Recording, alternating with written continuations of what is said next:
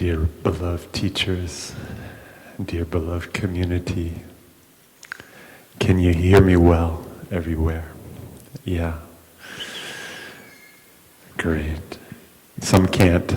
Oh, wow, all right. So there we go. I'll get a little bit more familiar with the microphone.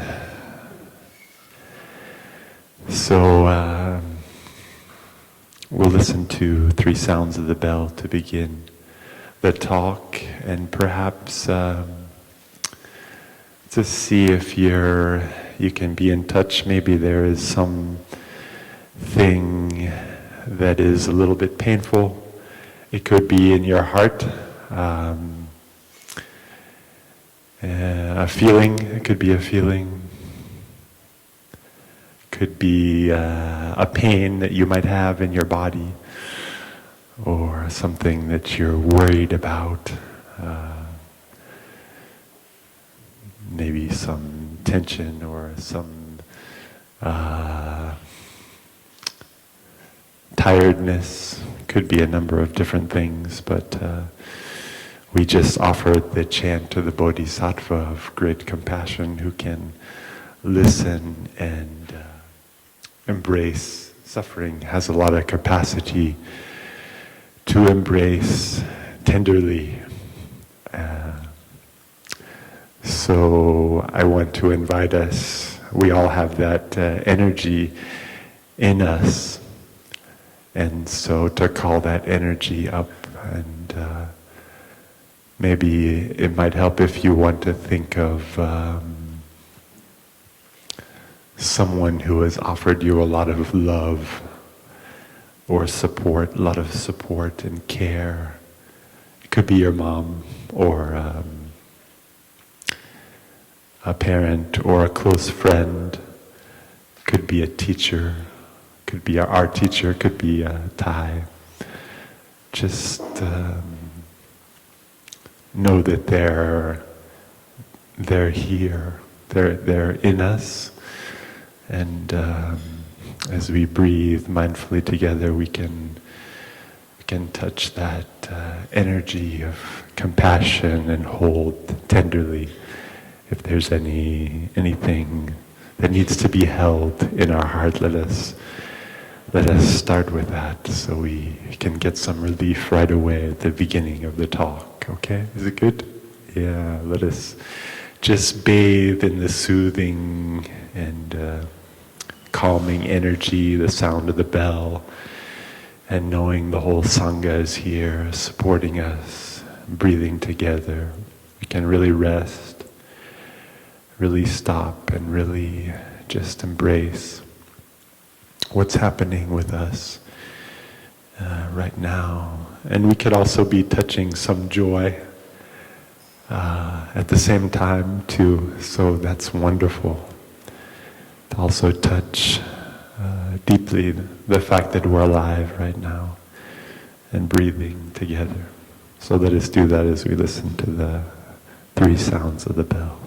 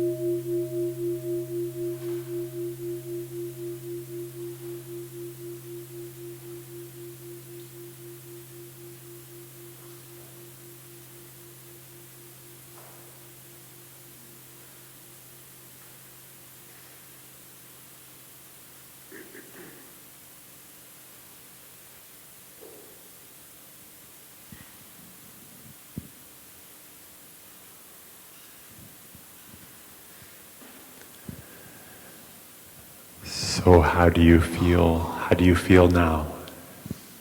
Feel okay? You all right? I'm looking around. Maybe you get some relief. Maybe there's still some tension. I know I still have some anxiety, but it's okay.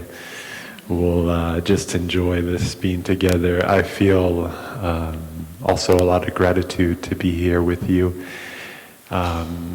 in the company of bodhisattvas. I think I see a lot of you here, and I've been watching a little bit, seeing some of you participating in our facilitators retreat, this facilitators retreat that started on Thursday. So how many of you are participating in the facilitators retreat? You can look around at each other, be grateful for your energy to then be here. And those who are coming for the day, will you also? Yes, also bodhisattvas, because you take a step on the path of practice. So maybe we're not all realized bodhisattvas yet, but we are making steps in that direction. So I think we can be grateful and grateful for each other, and that's a nice feeling to touch. I did have a tiny bit of regret when the facilitators came in the hall and our monastic community didn't have a chance to offer a chant or something to you to welcome you. But I hope you all have felt welcome to be here. And I have to be careful about my ideas. I have a lot of ideas, but I wanted to say I hope we can do this retreat every year, but I should be careful about that idea because it's up to the Sangha. That is the Sangha, the fourfold Sangha. But I hope we can do it again somehow, and I'm sure we'll learn from that. So the facilitators retreat is a retreat for people who want to facilitate sanghas. And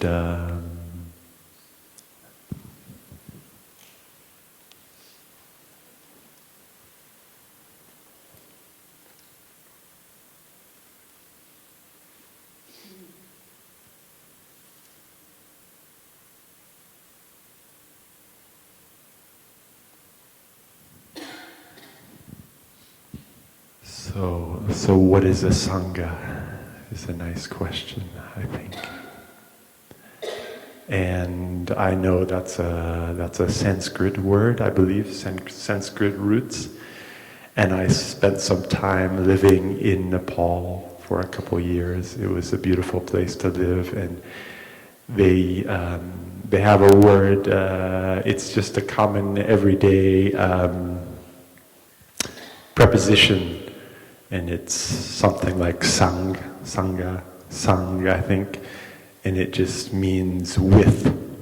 So I think the roots of that word come from being together. It's about being together. And so our modern word for that is a community, although I think there are slightly different contexts there. One is talking about being together, and the other is something about communication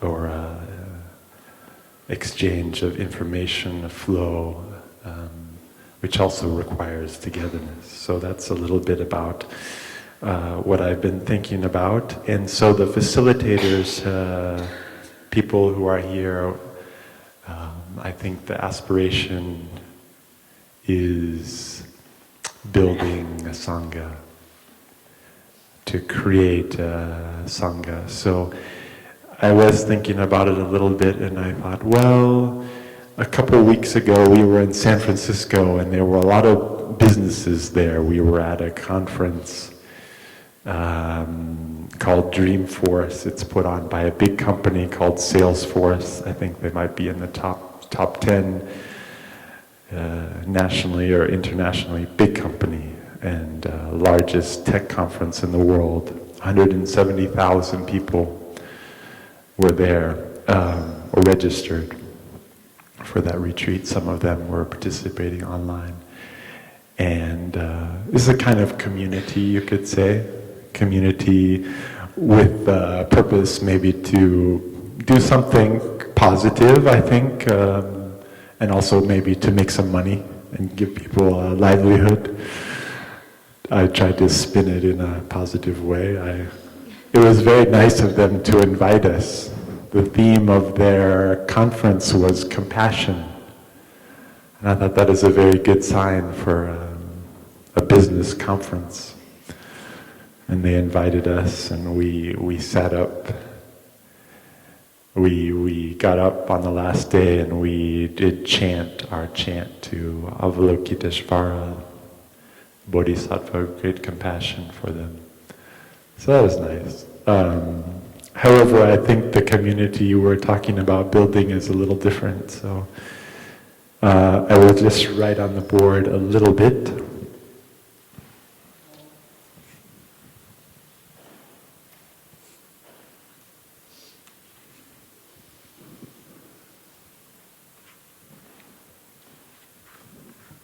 I should mention before I go too much further, I'm also very grateful and happy to be sitting next to Joanne Friday, who is joining me here. We're together as a Sangha, giving this Dharma talk. It's the Fourfold Sangha. Although I have to represent the nuns, I hope you allow me. If Joanne can represent the male lay practitioners, it's okay. There we go. Yeah, so it's great to be here. And my name is Brother Fulfillment. All right.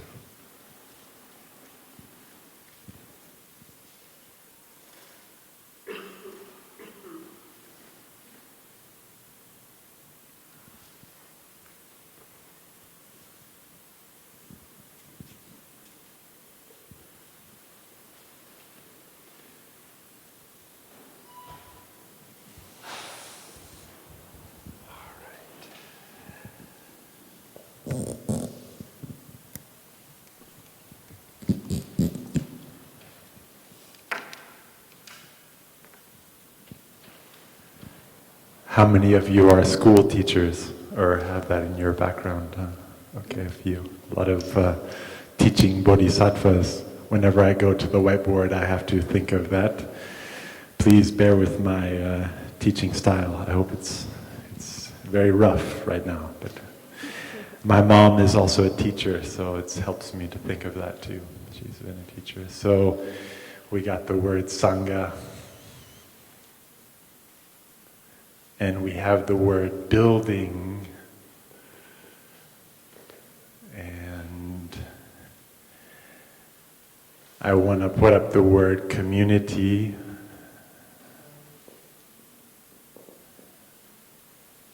and then I think the one word that is the most important that goes with that clarifies what we're talking about is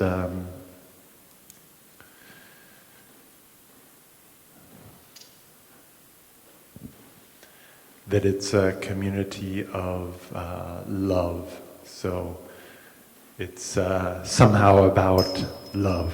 Is that right? Do you agree? I hope those who agree. Thank you. Whew. Okay, got it. That's good. No disagreement. So community of love. Dr. Martin Luther King Jr. called that the beloved community.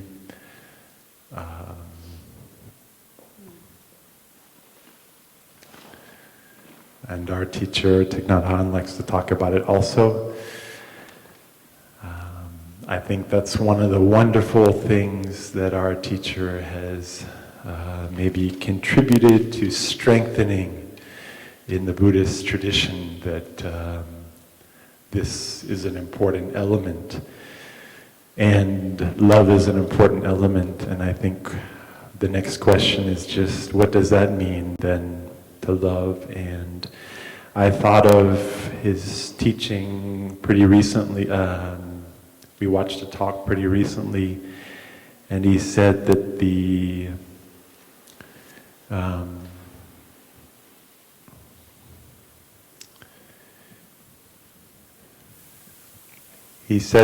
kingdom of God is a place where people know how to suffer.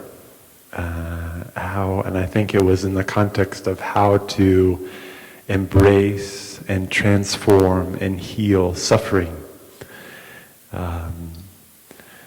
And I thought to myself, what does that have to do with love? And I think that's a big part of love.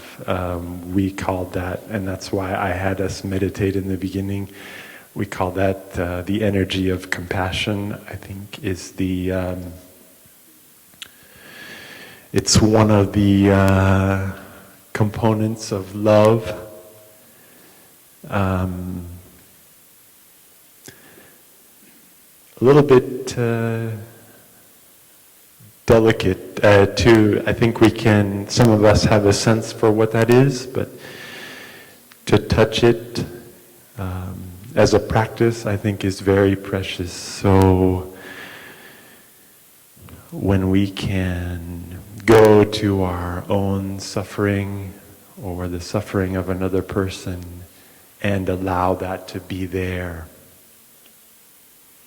without trying to push that away or get rid of it right away, but we can somehow embrace that.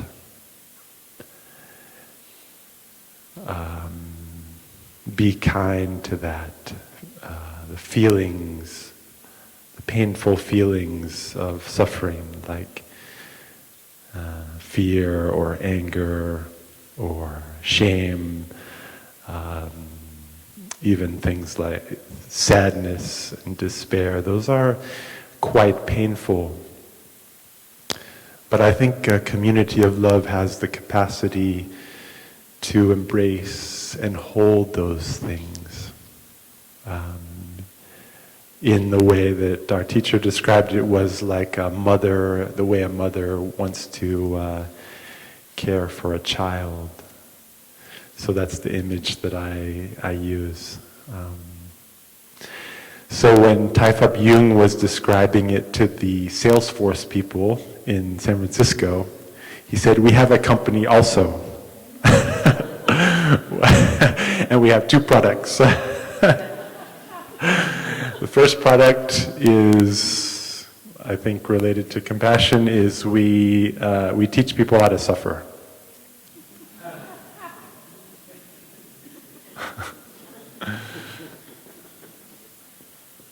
That is the first product of the community of love, the first for our company to produce.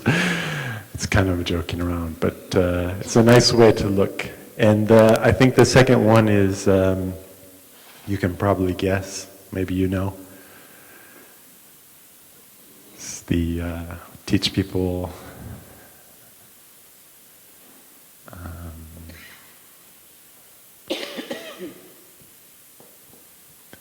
I'm going to use maybe a Christian word here. I like it. Rejoice. Do you know how to rejoice?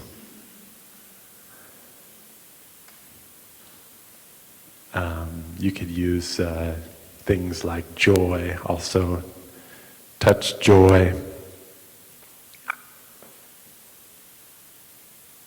peace, wonder. So there's another element of love. I don't know what to link it here with. Maybe happiness or something like that. But those are, I think, the two elements that come up for me that are important in community. Rejoicing and embracing suffering. Okay, enough writing.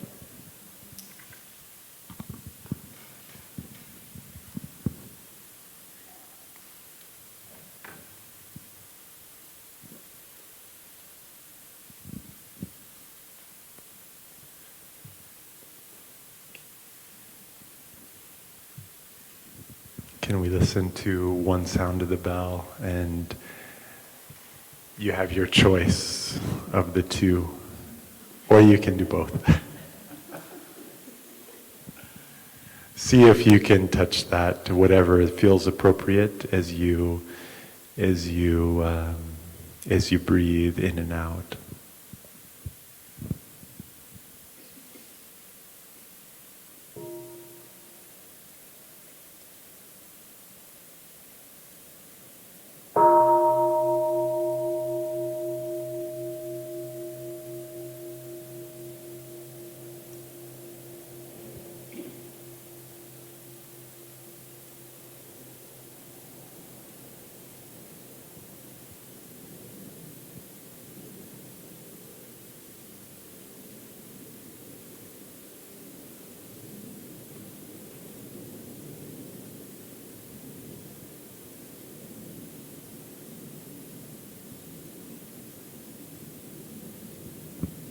And so I will add, I didn't write it up there, but the doorway also that helps us arrive at,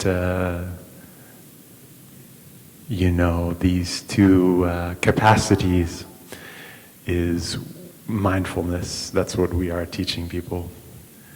And I think it's very simple, and that's very wonderful, that as soon as we give ourselves enough time to stop and just take an in-breath and out-breath and relax, that the miracle of these energies just start to arise very naturally. And so I think that's very good news for us. We're not perfect, but we do have a path of practice that we can do. We can cultivate the mind of love and joy and compassion. And I think if you do that, then you're already a Sangha builder. You are a kind of lighthouse, because when that energy of mindfulness is alive and it's giving rise to the energies of kindness and compassion and joy, then we're generating this energy that's very pleasant to be around. How many of you have had the good fortune to be around our teacher, Thich Nhat Hanh, the Venerable Thich Nhat Hanh? Yeah. Could you feel that energy? It's just a matter of cultivation. So I want to say we can all do it, and he has been very encouraging for us to do that, and wants us to go take steps beyond where he was at. And so that's not like to create a burden for you, but just to say, like, you can do it, we can do it, and we can go as a community. It's not always easy to do. I think we learned that, and I listened to some of the sharing in the facilitators retreat. Yesterday was about challenges, and there are challenges in any community. And I think that's also true whether you are a community committed to building love and understanding and compassion, or if you're a community that's trying to make a computer program or something like that. You still are going to have the challenges, and you still need love in there. So my thing was, I thought about this community building, and I thought, well, I'm still not that good at it. I'm trying to do my best. I'm I'm grateful for the community here. I see that I make my community members suffer sometimes. I'm unskillful. I forget to do things quite often. I have a lot of ideas. I can get angry or reactive about things. I have strong views. Yesterday I was so focused on, I think this is what happened, I still haven't worked it out, but I was so focused on this talk and being present here that I more or less spaced out, or that I was on the washing up team. Even though I had several opportunities to kind of be reminded about that. But I missed it. So anyway, I did help wash up a little bit for dinner. So I apologize to my team. That's beginning anew, right? That is my regret. So I still have a lot to learn, but I know I can do that. And I think one thing that has helped me, I want to give you practical things in terms of living in community here in the monastery, is that it's always good to come back to see some of your own shortcomings. And I know sometimes that can touch seeds of shame or disappointment, which can be unpleasant. Hopefully you can get through that. I know that I touched a little bit of that this morning and also last night around midnight when I woke up thinking about this Dharma talk. But if you can move through that, I think it can be very beneficial just to see that, oh yes, I have some weaknesses, and the people around me, well, they have some weaknesses too, and if I want them to accept my weaknesses, I should also practice to accept their weaknesses, their difficulties, shortcomings also. So that, I think, is a good practice. In our tradition, in our sutras, we have a text called the Sutra on Measuring and Reflecting. I think you can look that up too, but I think that's the spirit of it, is you kind of measuring and reflecting. It has to do with looking at other people and then looking at yourself and looking back and forth and kind of saying like, oh, maybe I have some difficulties that I can clear up before I just go and blame the other person. And I know that I have a number of those because I'm also someone in the community a little bit difficult to approach. Maybe I'm sensitive, people know I'm sensitive, or I can react, so they kind of might not want to let me know if I do something to step on their toes. But I want to encourage you to, you can tell Brother Fablak in the back if I do something to bother you. Sorry. Sorry, Brother Fablak, but he doesn't have, he's comfortable with approaching me and telling me so I'm very grateful for him that he will let me know. And it could be anonymous, you don't have to tell him, I don't have to know who it is, so.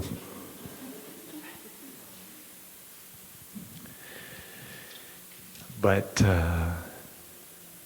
just thinking about Sangha building and not being that great at it myself, I know I want to look to those who are more skillful, more talented, and kind of take refuge in them. That's also a way I think learning about Sangha building is just being around people who do that, who have that light, and so that's why I'm very happy to sit here with Joanne. I know she's doing that a long time, and I know many of you out there also doing that a long time, so thank you.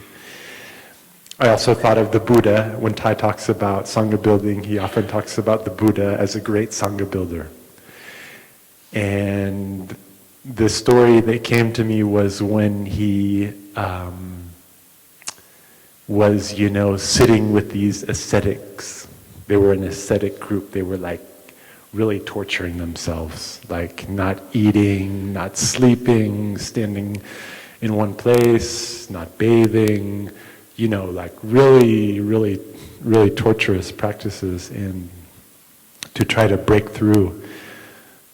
So it was this really strong desire to break through, and the Buddha finally abandoned that, and he went off on his own, and he was rescued, actually, right? He was rescued by a little girl. So it's a very sweet story. It helps us see that we all are kind of relying on each other, Even the Buddha is relying on a young girl.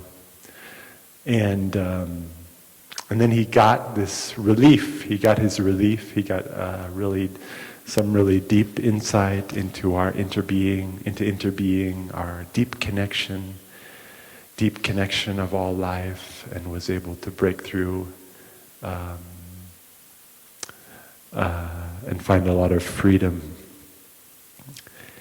And I think the way the story is told, then he wanted to build a Sangha right away, so he went back to see his friends. And I've been thinking about it, I thought, oh wow, if he really got this freedom, I think probably what happened, at least this is my interpretation, or maybe I read it in Old Path, White Clouds, but he must have said, wow, my friends are really suffering a lot. I want to help them, I need to go. I think I can just imagine it being almost like a compulsion, like, not like, oh, I need to recruit some people so I can, I can preach the Dharma. But just like, wow, these people are really suffering, they're my friends, I need to be with them, I need to reach out to them. So I think, even though they had some resistance to him at first, I think because he had so much kindness and compassion, that first one, they could feel that love. I think Jesus probably did something very similar to that. Was also a great Sangha builder, a great community builder, and probably had an enormous amount of compassion also for when he walked around and convinced these businessmen, well, I guess they were fishermen, like they were just making a living, and somehow they ended up following him around. A little bit like you guys, right? Following our teacher around.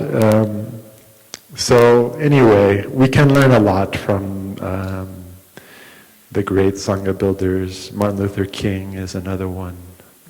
Studying their lives and seeing what we can do to cultivate the mindfulness that allows us to really touch the miracle of life, and the joy of it, and also the pain of it, so that our hearts will open. I think that's very precious, and I want to wish us a lot of luck on the journey. We need it. It's a difficult time.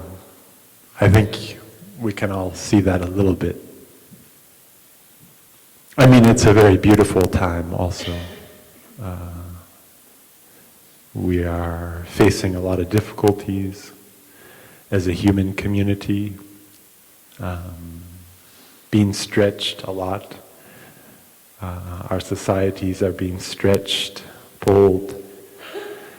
Our environment is being pulled and pushed. There is a lot of suffering. There's also a lot of people rising to meet that, coming together like we are. I think we have an election coming soon, and so I think those people, those poor people who are supposed to lead our country, need a lot of compassion, a lot of love, regardless of who it is. I think we can pick those, either or both of the candidates, the senators, the people, and send them a lot of loving kindness. Maybe look in to see if we can see the roots of their suffering, and then see if we can transform and help to transform that in ourselves, in our communities, and because that can spread out, and it's an important time, I think, to do that. We can see it's an important time to do it.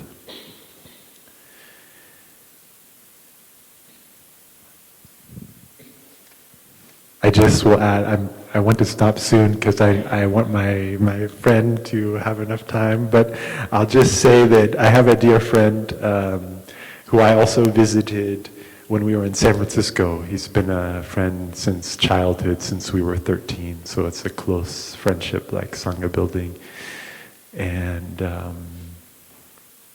I had a chance to visit him, and we went to the mountains in California. And it was very beautiful, very peaceful, very refreshing just to have the time to be in nature with no agenda, to walk around in the meadows of the High Sierra, to climb on the rocks, to rejoice in the sunshine and the pine trees and the golden leaves of the aspens. It's very, very beautiful. And we had a long conversation as he drove me back to the Bay Area. He was very generous, picked me up and drove me back. And our conclusion was we want people to travel at the speed, not of light, but of mindfulness. Because what seems, and the research, we learned this in the conference, the research shows that the biggest obstacle to touching our compassion and our capacity for joy is when we feel that we're under pressure. Pressure from time or something like that, to get something done or to be someone. And so that is a big, big challenge, I think, for us and for our society, to slow down and move at that speed where we can be mindful. Challenging also in a Dharma talk. So,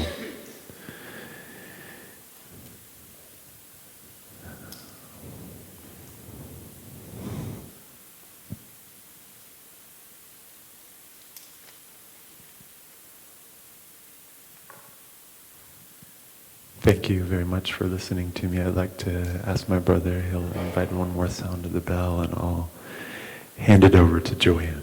Thank you so much for your attention.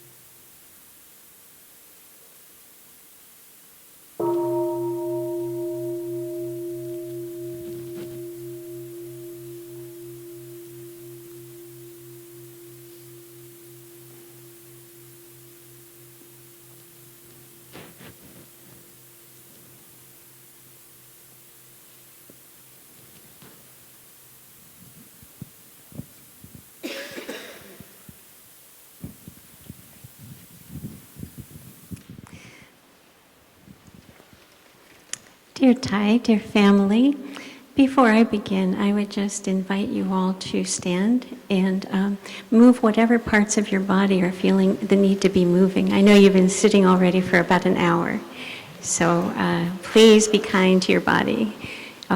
Mindfulness of the body in the body, first foundation.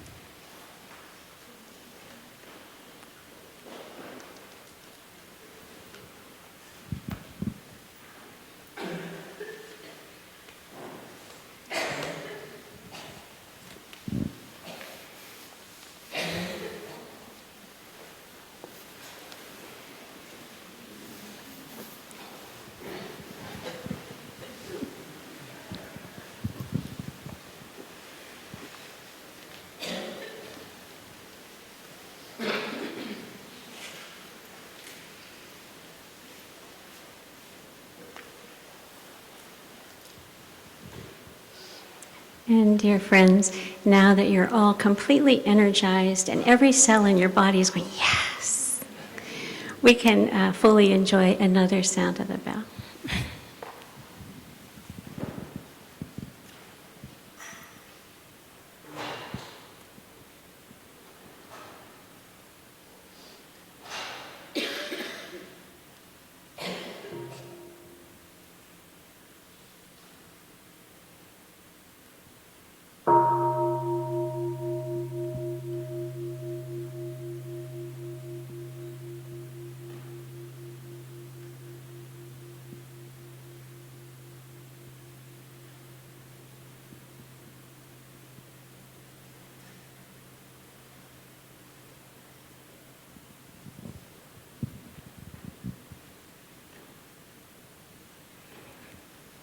Dear Thai, dear family, first I would like to thank my dear, sweet, big-hearted brother Man, for inviting me to accompany him here. So thank you so much.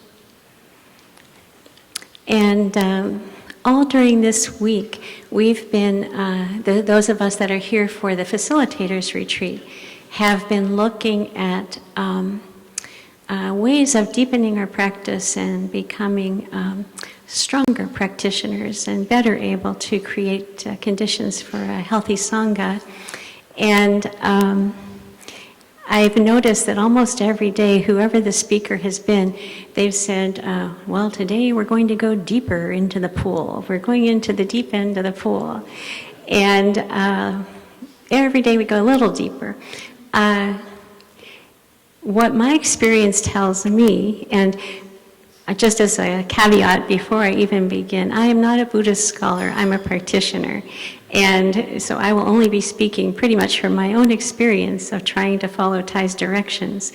And what I've found so far is I feel like I might be like maybe 1/4 to 1/2 way into the pool. I'm always amazed at how deep it gets. It just keeps getting deeper and deeper and deeper. So we spent the last couple days, we looked at why we're doing what we're doing.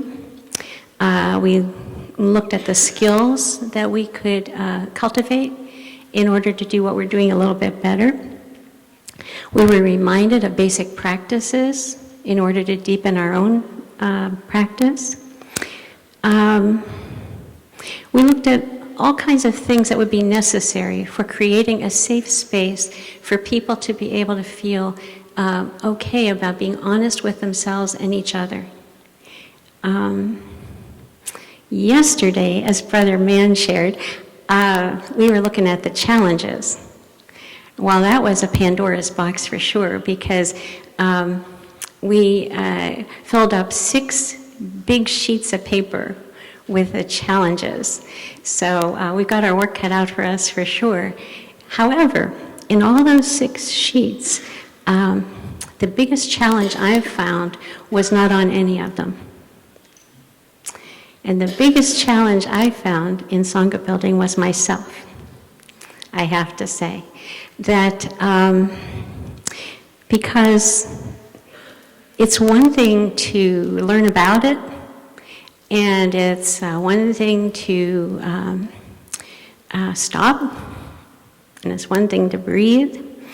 But what Thai really has asked us to do is to transform and heal our unskillful states of mind. When I remember Sister Gina years ago saying that Thai had had a talk with the monastics, and he said, our practice is not about being comfortable. Our practice is about transforming our unskillful states of mind so we respond more skillfully to life. That's a huge job, because most of us gravitate toward comfort. We want to be comfortable. We really try, just as my brother said, we try to avoid difficulties. And it's so beautiful to me that every time I'm invited to do this, I find that we haven't talked and planned what we're going to be talking about today. And yet I found that everything that my brother talked about was a mirror. I just have a little different kind of slant on exactly what he's proposed. So thank you. Because what Thai is really asking us to do, I know his teachings are so gentle and they're so kind, and he always urges us to be kind and gentle with ourselves. But I also remember him giving a teaching on Master Linchi, and he said, very strong teacher.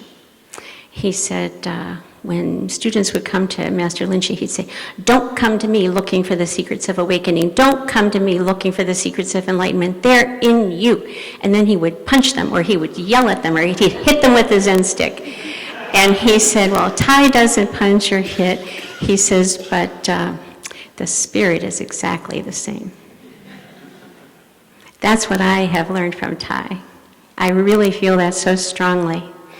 And sometimes we can get lulled, I think, into complacency by be kind, be gentle, be easy with ourselves, when in fact what we're called upon to do is very rigorous. I have found, that's just been my experience. It's a very rigorous practice. He's asking us to rewire our brains.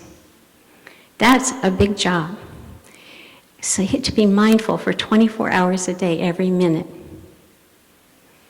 Huge job, I think, and to deeply understand and love ourselves so we can love others and be of service.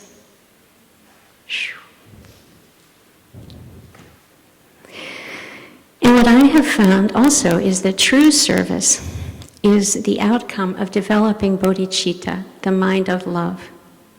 That we can martyr ourselves and put ourselves into service, but if we really are not doing it joyfully, if we're not doing it just exactly the energy that Brother talked about, that when we transform and heal those things in ourselves, all we want is for other people to be free also. You just want other people to be happy. I remember hearing about the Dalai Lama's monks who were all hooked up to electrodes to do functional MRIs, and they had them meditate on compassion. And Tai tells us compassion's a verb. Sitting around thinking you're feeling compassion's not really it. The end of the story is acting on that compassion that we feel. And that's exactly what they found out when they hooked people's brains up to electrodes, was that when they meditated on compassion, the centers of the brain that get activated right before you take action, the centers of the brain that are calling us to action are the ones that light up. So that is really what spurs us. We all come to this path because of suffering. People who have never experienced any, which I've never met, are not interested in a path where the first noble truth is suffering exists. It just doesn't happen. The part that was really exciting to me, though, was that the Pali and Sanskrit word for suffering is dukkha. And I had always seen it translated suffering, pain, suffering. And then when I read about it and said, it's unsatisfactoriness, I love that. Because what is satisfactory or unsatisfactory? To me, it's an opinion. Simply my opinion. I create my happiness or my suffering. I have the ability to choose how I respond to difficulties and challenges in my life. When I approach whatever's happening and look deeply at what is my opinion of this? Am I deciding this is not okay, this is not acceptable, this is unsatisfactory? Good luck. If that's what is, that's what is, right? And I love, there's a poet called, whose name is Joe Zarantinello, and he wrote a wonderful poem. It's called Pure Joy. And it goes, pure joy, just this moment minus my opinion of it.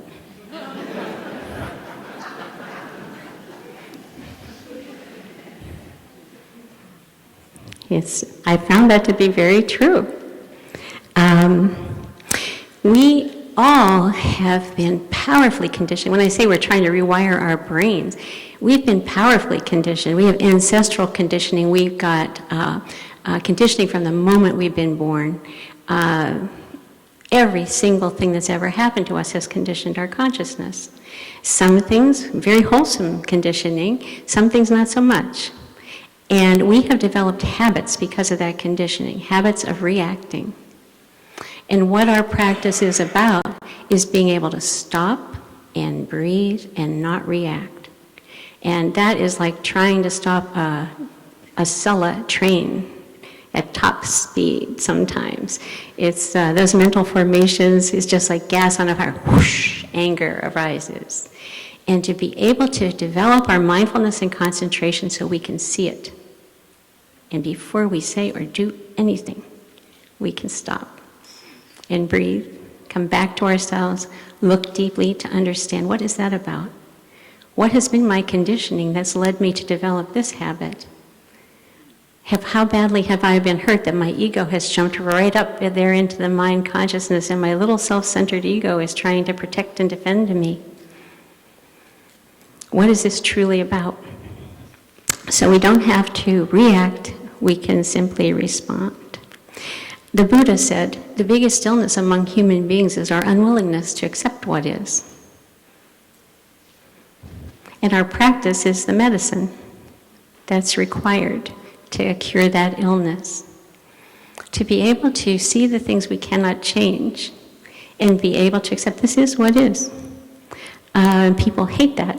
It's like, we all hate it. It's like, I want it to be different. I want it to be less difficult. Another place we get stuck is in the illusion of a separate self. That causes enormous suffering. That we truly believe that other people are separate from us. That we're separate from nature. Our whole conditioning that disconnects us from the reality of interbeing is the cause of so much suffering. Yeah. When I was in college, there was an art therapist that came to talk to us, and she said that it was very interesting. She'd been working on a Native American reservation, and she said when Western children draw a self-portrait, they fill up the whole page with themselves. When Native American children do a self-portrait, they draw a landscape, and then they have a little person in the corner about that big.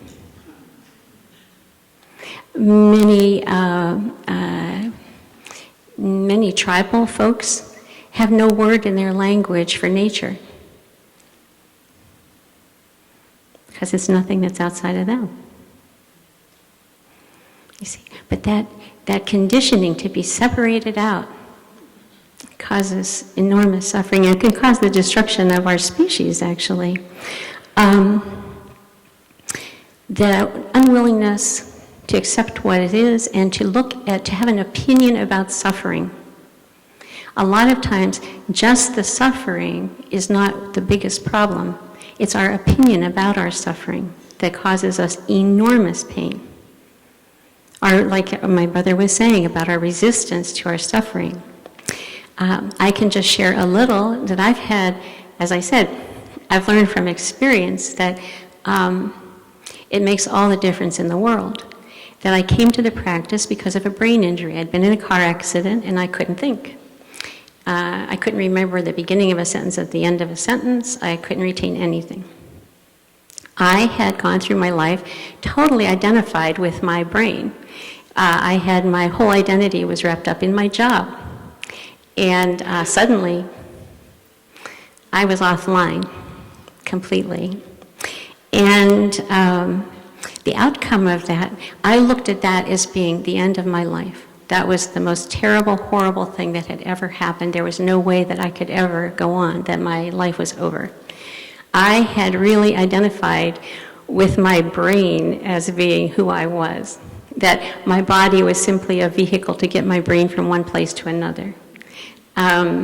I really had the illusion I could just figure anything out. If I just thought about something long enough and hard enough, I could figure out all of that. Wasn't possible anymore. So I went through about 4 years of an attachment to outcome, a fierce attachment to being that person I had been before. I wanted to be that person. What could possibly be the goodness of that kind of suffering? Enormous goodness came out of it. That's what led me to the path. I had a book I had The Miracle of Mindfulness, had Thai's picture on it. I saw his picture in the paper doing a retreat at Omega Institute. I said, oh, he's the guy that wrote that book, I should go there. When you have a brain injury, you're very concrete. There's no intellectualizing. So it's just like, oh yeah, of course, I should go there. I had never done anything and showed up at a 7-day retreat, and at that time they were in silence. So it was a perfect thing for somebody with a brain injury to be in silence. That's exactly what you need to do. And having the brain injury was totally humbling, 100%. I became totally free-floating. I had no idea of who I was. I went through identity crisis.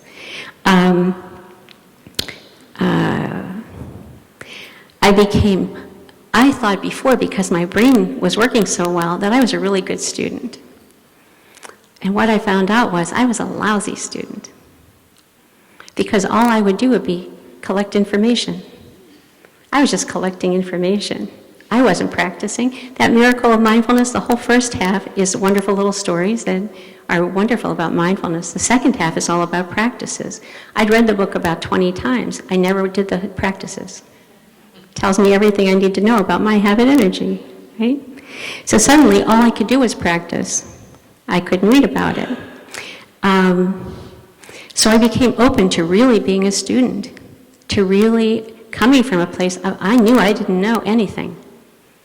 So bring it on. I was just like a sponge. And then I saw Ty at that retreat. He was doing a retreat for the veterans of the American War in Vietnam.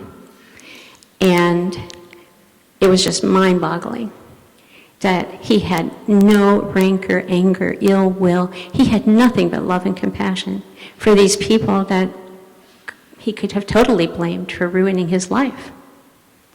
When I saw that, I was stunned, and I thought, wow, I'd never seen anything like that before. And I knew I wanted what he had. I was a student. I needed to learn how to do that.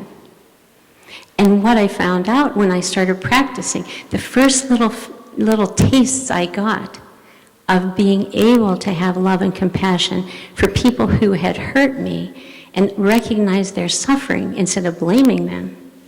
As soon as I even got the little taste of that, what I realized was the thing that absolutely astonished me in that first encounter with Ty was his freedom. I thought it was love and compassion. It was freedom. He was not caught. And I knew what it felt like to be really, really caught in those places. So, this is what he tells us all the time. He says, the kingdom's available to you. The question is, are you available to the kingdom? And we all go, oh yeah, I'm available. Except that habit, energy, and conditioning I talked about creates incredible barriers to being available to the kingdom. I know people that have all the riches on the planet, they have all the conditions for happiness, and because of where they allow their minds to go and focus on what's not okay and what they don't have and what's wrong, they are in a hell realm. We can create a hell in a nanosecond just by where we choose to place our mind. I learned that at that retreat. Ty took us on walking meditation. Up until then, I'd had ruptured discs and things like that. I was in real pain, and my life was ruined. Everything was over. And every step I'd take when I was walking, I was like, oh, I can't believe this happened. This is horrible, terrible, awful, yada, da, da, da, da. And I would feel horrible. By the end of the walk, I'd feel like I'd been hit by a truck all over again. And when Ty took us for walking meditation, he described the walking meditation. And he said, we need to recognize what a miracle this is. You are part of this astonishing cosmos. You are absolutely part of all that is. The trees are exhaling what you're inhaling, you're exhaling what the trees are inhaling. A miracle. To walk on this earth is a miracle. And when you can walk with that awareness, you have entered the kingdom of heaven. My brain wasn't working. So I thought, okay, whatever you say. We went for the walk. Every step of the way, I'm thinking, wow, I'm just following directions. This is amazing. Unbelievable. I'm so lucky. I can't believe, how did I ever get lucky enough to be born into this phenomenal world? And by the end of the walk, I felt great. And even in my adult state, the light bulb went off. And I thought, aha, where I place my mind determines how I feel. And I can choose. What a concept. It was wonderful. So that was an insight that I had at that retreat. People could look at my life from the outside and say, oh, it's horrible, terrible, awful, I can't believe you. You've had to have a brain injury. Then 8 years ago, I got diagnosed with stage 4 metastatic cancer. Terrible, awful, horrible. This is the worst possible thing that can happen. I wouldn't recommend it as a Dharma door for anybody, but what I can honestly say about it is, just as Tai tells us, there's goodness to suffering. Because within 5 minutes of the diagnosis, what I came completely in touch with was impermanence. The reality of impermanence and the fact that I don't have time to waste. I am not going to waste any minutes in fear and speculation. I am not wasting my time. This is the teaching on impermanence. It's not to think, oh, this is horrible, terrible, I'm going to die. We're all going to die. It's wasting the time we have worrying about going to die. That's where the difficulty comes in. So I hope that this makes a little sense, that there is goodness in suffering. Tai is not making it up. He wasn't, it's not just some kind, oh, just think pleasant thoughts, everything will be fine. It's not about that.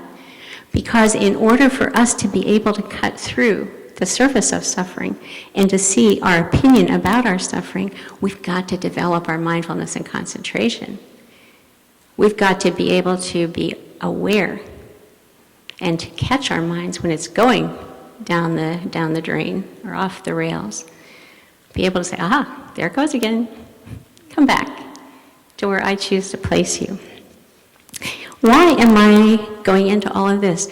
Because, like I said, if we don't go through this, if we don't practice, if we don't transform and heal those things in ourselves, our perception of everything is colored by our own suffering. Okay? And if that's the case, when we try to build a Sangha, we're projecting all kinds of stuff on everybody in the Sangha. And that's not helpful.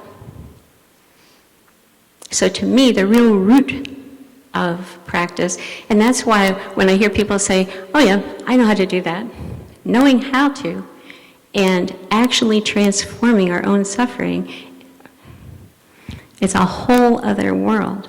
The first night we were here, I was talking about how we're all transmitting and receiving energy every second of our lives. And Tai tells us what we don't transform, we transmit. When we want to build a Sangha, when we want everybody that's here has been inspired by Thich Nhat Hanh. We all want to be able to continue him beautifully. And in order for us to be able to do that, we've got to practice. As far as I can tell, just like Master Lynchy, don't come to me looking for the secrets of it. Don't come to me. It's in you. Each one of us, that's our job. Nobody else can do it for us. So,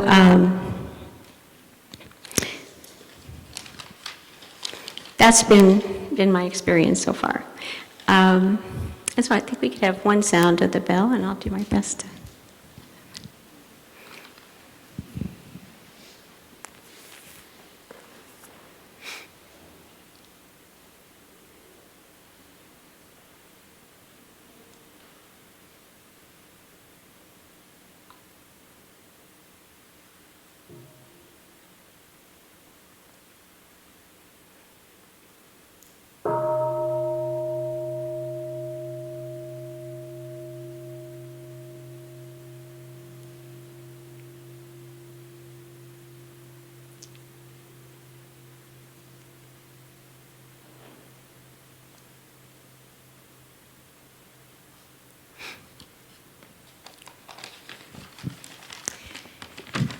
So, dear friends, we're talking about the challenges, and I think that another big trap is manas consciousness, or our ego. Once we can see that for what it is, it's not getting rid of it, it's developing a real healthy relationship with it. and to see it when it arises. What's our ego trying to do? Most of the time trying to protect and defend us. Oh, don't want to be embarrassed, don't want to humiliate yourself, don't want to do whatever, and trying to keep us safe. And my experience of that is I can recognize it as it arises and just say, thanks so much for all the help you've given me. You've enabled me to live for 66 years. You've done a great job. Now go on vacation. You can take some time out. We're okay here. Thanks for all of your care and concern, but you can take a rest. And Thai has created huge challenges for us in building a Sangha. The longer I practice, the more amazed I am.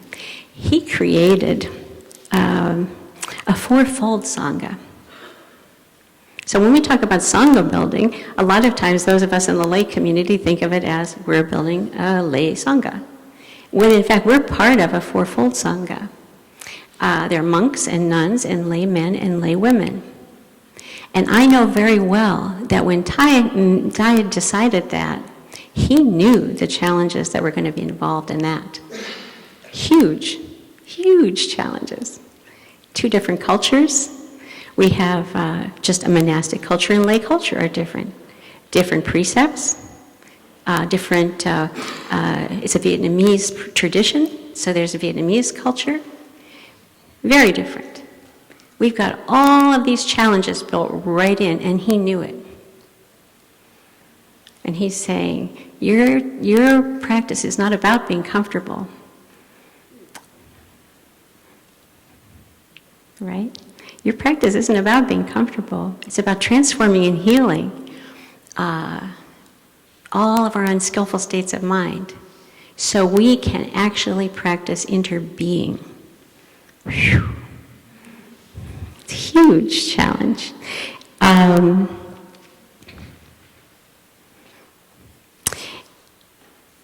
Within the monastic community, it's already set up with a hierarchical structure. That's just part of it.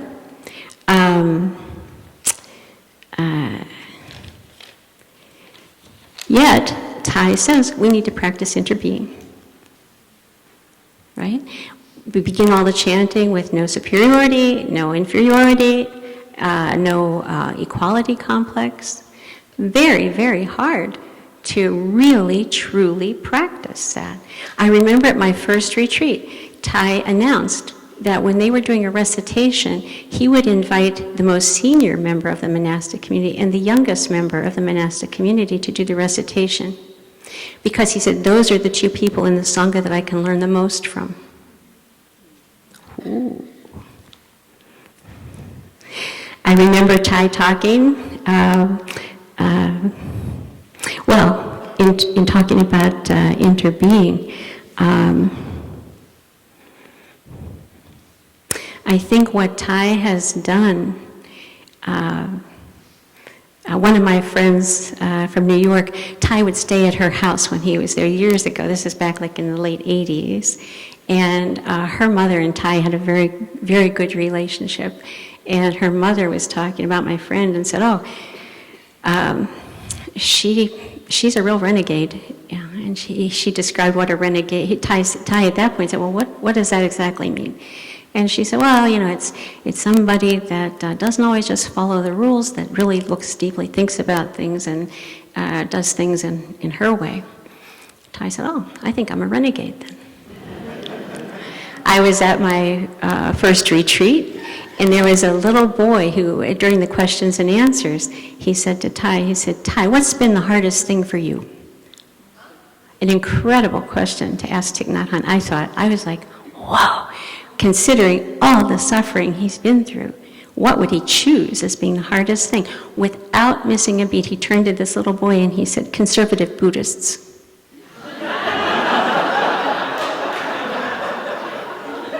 I'm not making it up. What did Thai tell us? He wrote us a letter before he became ill. That September, he wrote a letter to the community. In that letter, what did he talk about? He talked about how when he was a young monk, that he was taught that the Buddha was a god, that they were worshiping the Buddha. And he said he didn't have enough practice or confidence to counter that at that time. But he said after years of practice, he developed more courage and more confidence, and he wrote Old Path, White Cloud to make the Buddha into a human being, right? The part that struck me in reading that was he said it required courage. He didn't have the courage. It required courage. And that was something else that I wanted to focus on, that we get caught in fear, being afraid. We're afraid of change. We're afraid to rock the boat. We're afraid of being uncomfortable. We're afraid of our suffering. We could go on and on and on, but I won't. And so in our practice, how do we develop our courage? How do we expand our capacity for fearlessness? That is really what's required for us to be with those difficult emotions. Because if we're trying to be a facilitator of a Sangha and we're afraid of those things, we're afraid of other people's deep feelings as well. And I'll say it again, we're transmitting and receiving energy every second, and that energy is felt. How many times in families, there are certain subjects families don't talk about? Did anybody ever sit down with their children and say, in this family, we are not going to be talking about these things? No. But somehow or other, children grow up knowing we don't talk about that in our family, right? Energetic transmission. That's how that happens.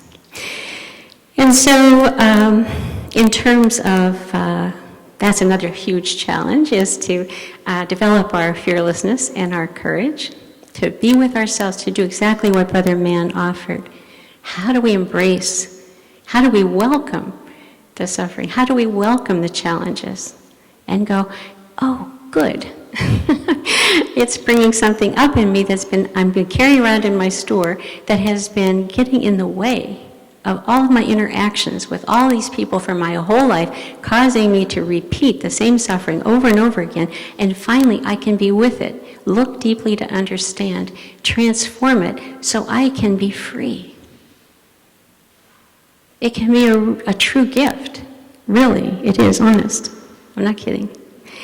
And another place that, see, I told you, I know all about the challenges.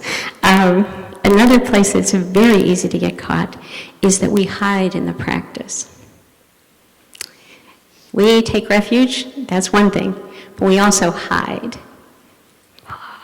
Because it's so cozy. It feels so good. We can hide in the form. We can hide in the practice itself, just feeling wonderful. Just getting into a little bliss state and staying there for a while. It's very nice. We can feel safe. We can feel there aren't any challenges. And once we get there, we get attached. Again, that's the other place we get caught. We don't want things to change. We want to do things the way we've always done because we're real comfortable. Right? What did Tai say? Our practice is not about being comfortable. So, I wanted to read a poem. Just so happens it's by Tai.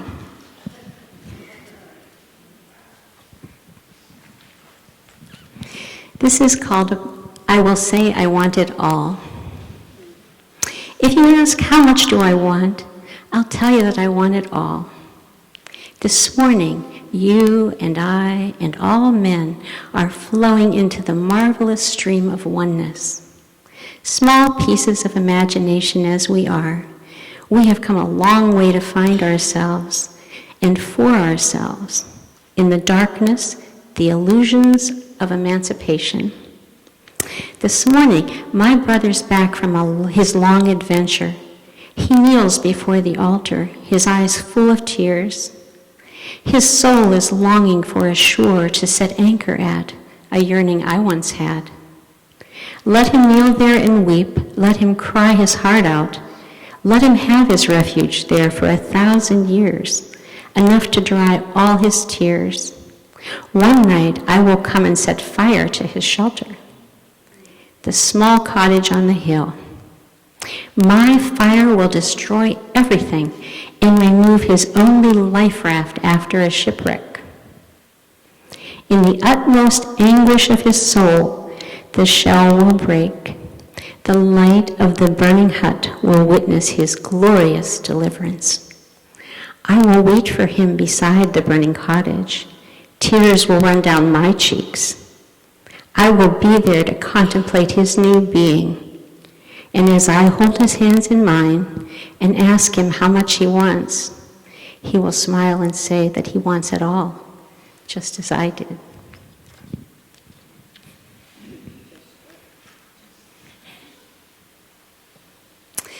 And as an afterword, Thai writes about this. He says, someone who suffers a great deal might need to hide himself for a while. It's fine to hide oneself for some time, for healing. But there are people who want to hide themselves for a long time, like those practitioners who hide themselves in the sitting. They need someone to come and burn down their hiding place. As I said, soft and gentle, with also a Zen stick. So, my dear friends, it's up to us to be able to see where we're hiding and help each other come out of their hiding place. Sometimes we can help each other by burning their huts down. Depends. And it can be a total act of compassion. That is what Thai's talking about, the most compassionate thing we can possibly do. We get stuck in labels, okay? It doesn't matter if you want to call yourself a facilitator, a Sangha leader, an OI member, a Dharma teacher, a monk, a nun. Okay? It doesn't make any difference at all what you want to call yourself. The labels are 100% irrelevant. 100%.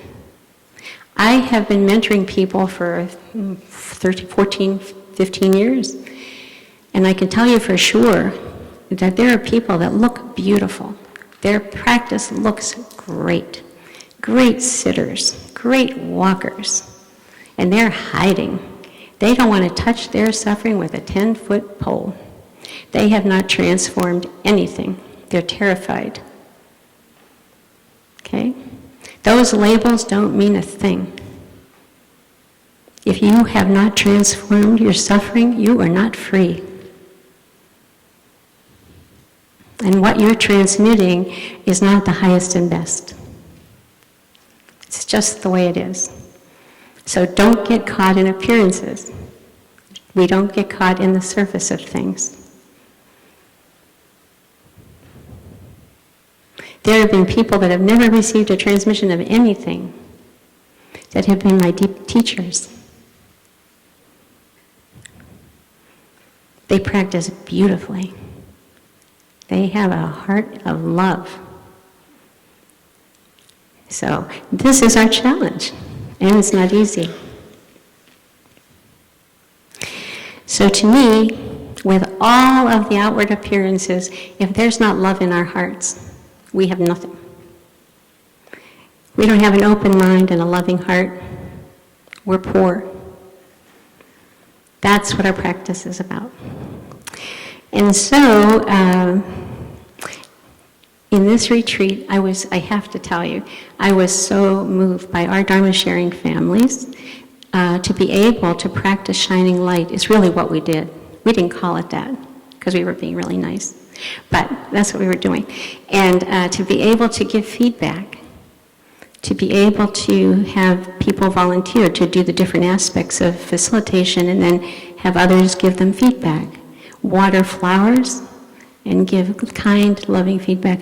I was so moved by the level of bodhicitta in these groups that people gave total love, the care, the understanding in both the flower watering and the suggestions. It's just it really, it just was wonderful. So the other thing that came out of that was people being amazed at what courage it took for people to volunteer. What does that tell us? We're afraid. That's a good thing. Then we recognize, I'm afraid. I need to sit with that fear. I need to look deeply and find out, what is that about? Why would I be afraid of these kind, loving people? Because of my conditioning and my habit energy. That's the answer to the question. But for us to be able to look deeply, we can use it as a gift. It's a bell of mindfulness to say, that's the edge of my practice. I can go there and practice with that. So, I'd like to close with a poem not a poem, but quotes from one of Thay's dear friends. The quote is from Thomas Merton, the Trappist monk. He says, "Love is our true destiny. We do not find the meaning of life by ourselves alone. We find it with another." Okay? That's why Thay insists we have Sanghas. We can sit around by ourselves in a cave and feel like, oh yeah, I'm the most loving person on the planet. It's so easy. And that's why Thay doesn't have us sitting in caves and insists we work as a Sangha. Because that's what brings up all of the mental formations from the basement and gives us an opportunity to really be free. Sangha is a beautiful thing. The deepest of all practices. Thay said it's our highest career. And Thomas Merton said,